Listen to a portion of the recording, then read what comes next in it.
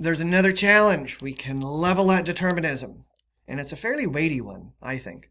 And that is that determinism undermines rationality. And if that's the case, that's going to have some serious implications for determinism as a theory. All right, so let's look at how the case can be made that determinism undermines rationality. All right, so imagine you have a belief. I should take philosophy 10. When you say that's your belief, you say, I have a thought about what I should do, and I think that's true. By definition, our beliefs are statements that we think are true.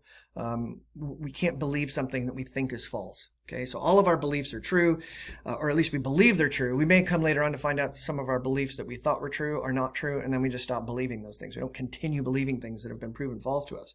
Okay, so by definition, we think our beliefs are true. But of course, we should have reasons for believing they're true. In other words, I have this belief.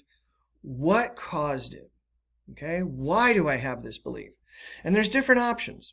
One is you could say, well, I have this belief about taking philosophy 10 because this course satisfies more needed degree and transfer requirements than all of the other options, and I like both the instructor and philosophy. What's not to like about those two things? Okay, and you may think, well, that's a pretty good reason for believing that you should take philosophy 10. That seems to be a rational thought process there.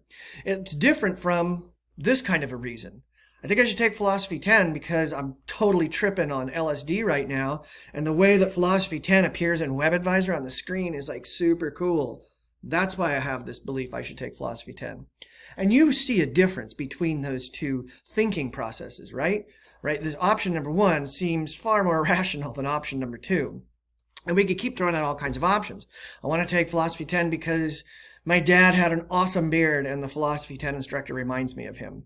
Maybe that's better than the LSD rationale. But think about this. If determinists are correct, then it's going to be hard to find a reason to think that one of these options is better than the other.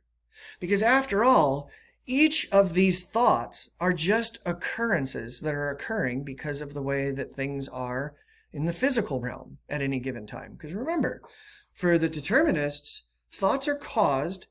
Thoughts are physical events, they're brain events, and they are, like every other physical event, they're caused to occur by all of the physical events leading up to that moment you have the thought. So you might think back to an earlier conversation we had about heartbeats versus thoughts.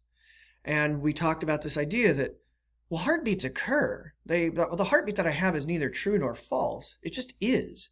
I can make statements about the heartbeat that are either true or false, like it's beating at 100 beats a minute or something like that.